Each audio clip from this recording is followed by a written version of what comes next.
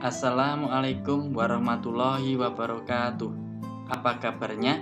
Semoga dalam keadaan sehat semua. Masih bersama saya, Kuki Eko Susanto, dalam Matematika Senyum, Matematika yang menyenangkan. Marilah kita awali kegiatan belajar dengan berdoa bersama. Berdoa dipersilahkan. Amin.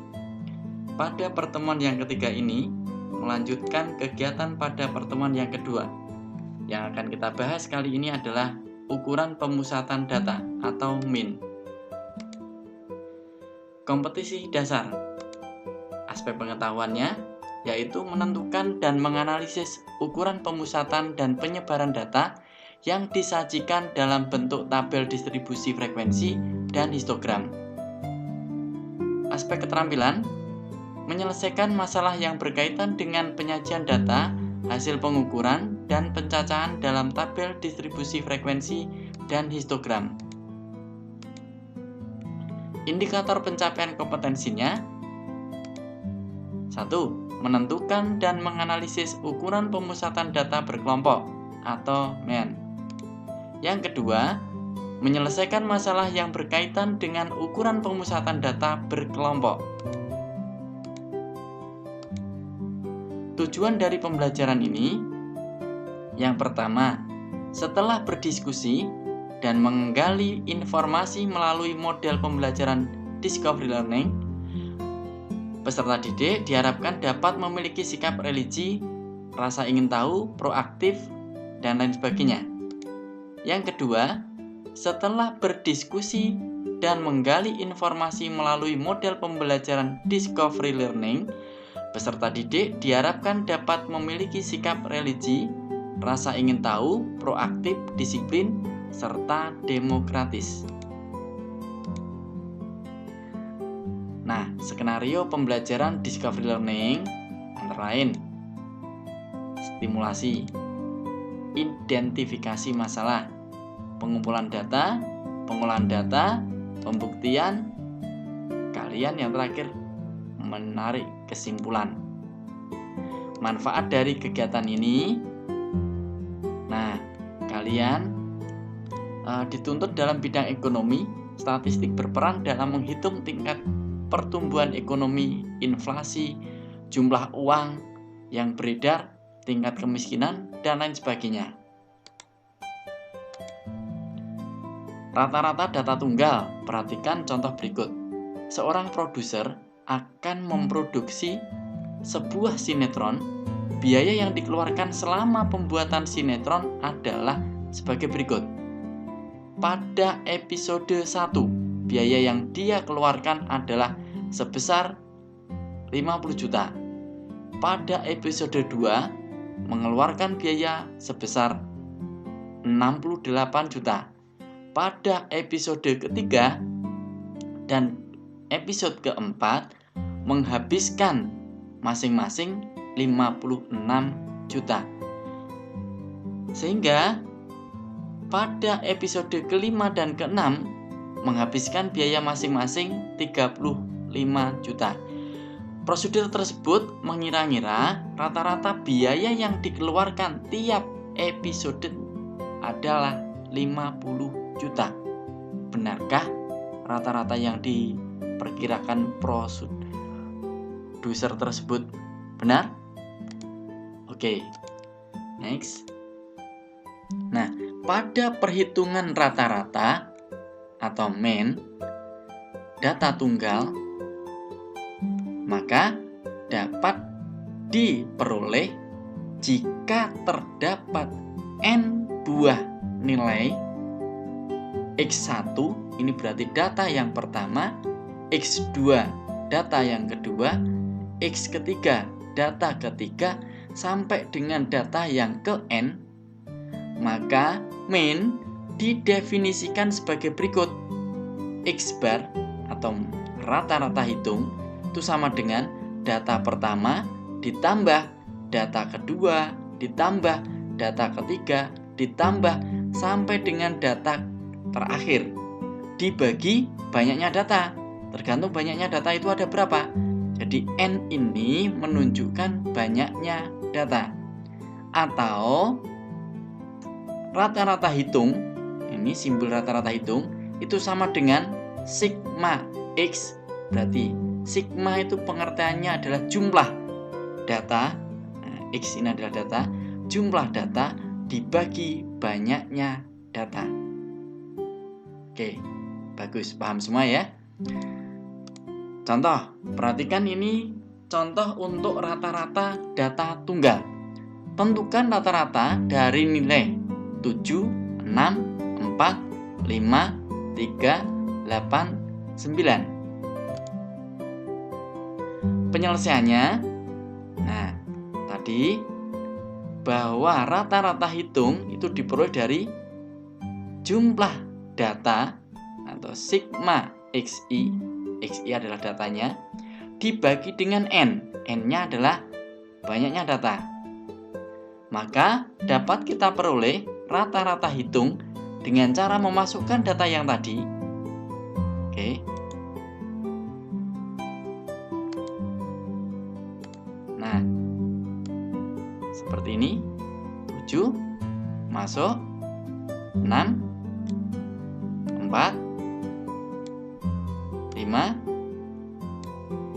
3 8 9. Nah, kalau semuanya sudah, berarti tinggal kita bagi dengan banyaknya data ada. Betul sekali, ada 7. 1, 2, 3, 4, 5, 6, 7. Sehingga kita dapat peroleh dengan cara menjumlahkan tadi 7 tambah 6 tambah 4 tambah 5 tambah 3 tambah 8 tambah 9. Jumlahnya adalah 42. Sehingga dibagi 7 sama dengan, betul, 6.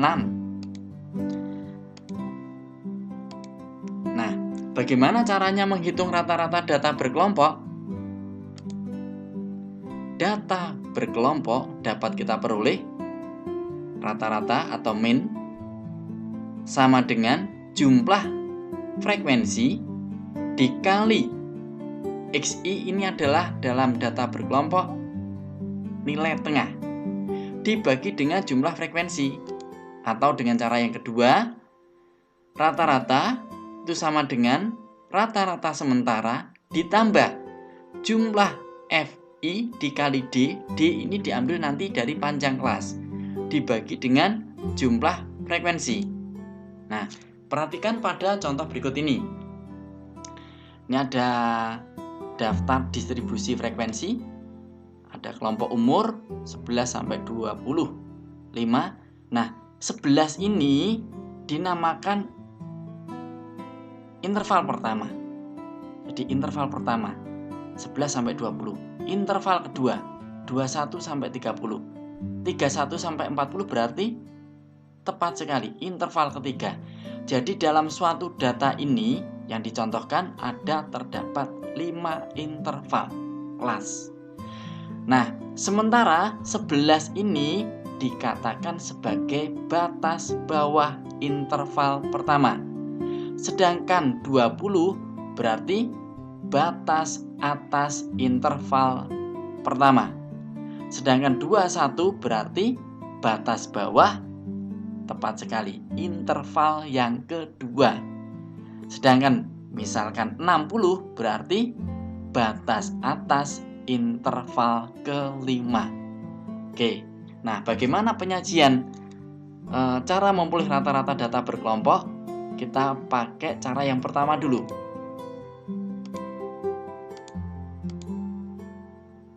Oke, kita coba selesaikan data kelompok tadi dengan cara yang pertama. Nah, XI di sini adalah nilai tengah. FI kali XI. FI ini adalah frekuensinya. XI tadi nilai tengahnya. Nah, nilai tengah dari mana? Dari data yang ada 11 sampai 20. Nilai tengahnya berapa? Kalau bingung mencari nilai tengahnya, kebetulan ini datanya genap, sehingga untuk mencari nilai tengahnya tidak pas. Nah, bisa pas itu kalau datanya ganjil. Nah, karena kebetulan ini datanya genap, maka tidak bisa menentukan dengan pas. Bagaimana caranya? Nah, caranya batas bawah ini sama batas atas ditambah. Kita bagi 2. Jadi 11 ditambah 20, 31 dibagi 2 sama dengan 15,5. Bagus. Nah, kemudian frekuensi dikalikan XI. Ya kita kalikan saja.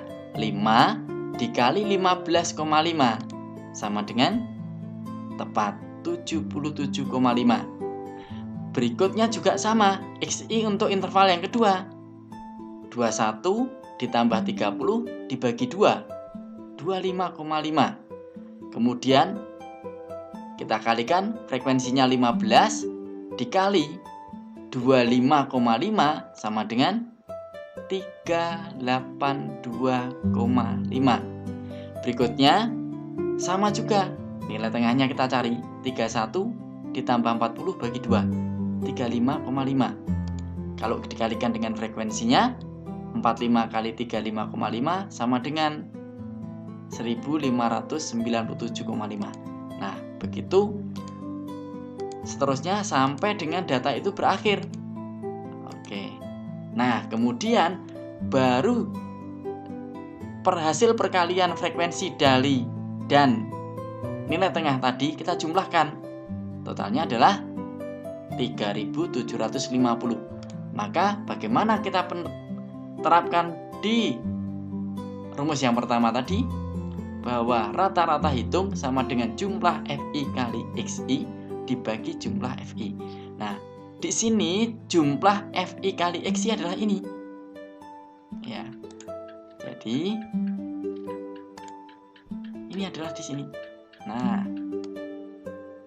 kemudian ini dari mana? Dari sini. Nah, sehingga rata-rata hitung kita tinggal masukkan tadi 3750 dibagi 100 sama dengan betul 37,5. Nah, sekarang bagaimana kalau kita gunakan cara yang kedua? Masih sama tadi soalnya. Nah, D di sini apa? D di sini adalah panjang kelas. Jadi panjang kelasnya berapa? 11 sampai 20. Kita hitung. 11, 12, 13, 14, 15, 16, 17, 18, 19, 20. Jadi D panjang kelasnya ada 10. Sehingga kalau panjangnya 10, maka kita menentukan netralnya dulu. Netralnya berapa? Nah, netralnya di sini saya pakai yang frekuensinya paling besar, yaitu 45. Karena di sini, nah apakah harus yang di tengah? Tidak. Di interval yang pertama misalkan ini sebagai 0 juga boleh. 15 ini sebagai 0 juga boleh. Begitu saja, begitu seterusnya mengikuti. Sehingga 0 ini bebas. Tapi bagaimana kalau kita menghitung biar menjadi gampang? Nah, biar menjadi gampang, frekuensinya yang paling besar itu sebagai tempat netralnya, yaitu 0. Kemudian kelas sebelumnya selalu berkurang sebanyak panjang kelas. Karena panjang kelasnya tadi 10, berarti min 10. Nah, bagaimana kalau panjang kelasnya 5? Ya berarti min 5. Berikutnya min 10. Kalau itu panjang kelasnya 5. Karena di sini panjang kelasnya 10, berarti min 10, min 20. Nah, berikutnya tinggal frekuensi ini ya dikalikan dengan D. 5 dikali min 20, min 100. 15 kali min 10, min 150. 45 kali 0, 0. Nah, kelas sesudahnya itu bertambah. Kalau sebelumnya tadi berkurang sebanyak panjang kelas, kalau sesudahnya bertambah sesuai dengan panjang kelasnya. Tambah 10. Tinggal kalikan 25 kali 10 tepat 250. 10 kali 20 nah, sama dengan 200. Sehingga kita tinggal menjumlahkan min 100, min 150 ditambah 0 tambah 250 tambah 200. Jadi hasilnya adalah tepat sekali 200. Nah, bagaimana penerapannya ke dalam rumus? Jadi rata-rata itu sama dengan XS, rata-rata sementara, ditambah jumlah frekuensi kalikan D dibagi jumlah frekuensi. Nah, caranya bagaimana? Oke, perhatikan di sini. Nah, di sini nanti ini sebagai 0 tadi adalah sebagai rata-rata sementaranya. Nah, bagaimana rata-rata sementaranya? Ini tadi. Nah, kita tambahkan 31 ditambah 40 bagi 2. Ini masuk sebagai rata-rata sementara. Nah, begitu. Nah, kemudian jumlah FI kali D ya ini, tinggal masukkan nanti. Nah, ke sana. Nah, jumlah frekuensinya ya ini, masukkan. Nah, tuh. Sehingga nah, betul. 35,5 tadi rata sementaranya, 31 ditambah 40 dibagi 2. 35,5. Sedangkan tadi tinggal masukkan 200 ditambah 100. Sehingga 200 dibagi 100 ada 2 ditambah 35,5 sama dengan 37,5. Baik, cara yang pertama maupun kedua sudah disampaikan, sehingga kalian bebas mau pakai cara 1 boleh, pakai cara 2 juga boleh, sehingga yang penting kalian mudah. Nah, maka kesimpulan dari kegiatan pada pertemuan yang ketiga ini yaitu untuk menghitung rata-rata dari data yang disajikan dalam bentuk distribusi frekuensi dapat juga dilakukan dengan rumus. Cara yang pertama tadi, rata-rata itu sama dengan jumlah FI kali XI dibagi jumlah FI. Atau boleh dengan cara yang kedua, yaitu rata-rata sama dengan rata-rata sementara ditambah jumlah FI kali D dibagi jumlah FI. Nah, masing-masing cara ini memiliki nilai kelebihan dan kekurangan masing-masing, tetapi hasilnya tetap sama. Baik pakai cara 1 maupun cara 2, hasilnya pasti sama. Oke. Nah, sampai jumpa lagi dalam pertemuan selanjutnya. Tetap semangat, sehat, itu yang terpenting. Assalamualaikum warahmatullahi wabarakatuh.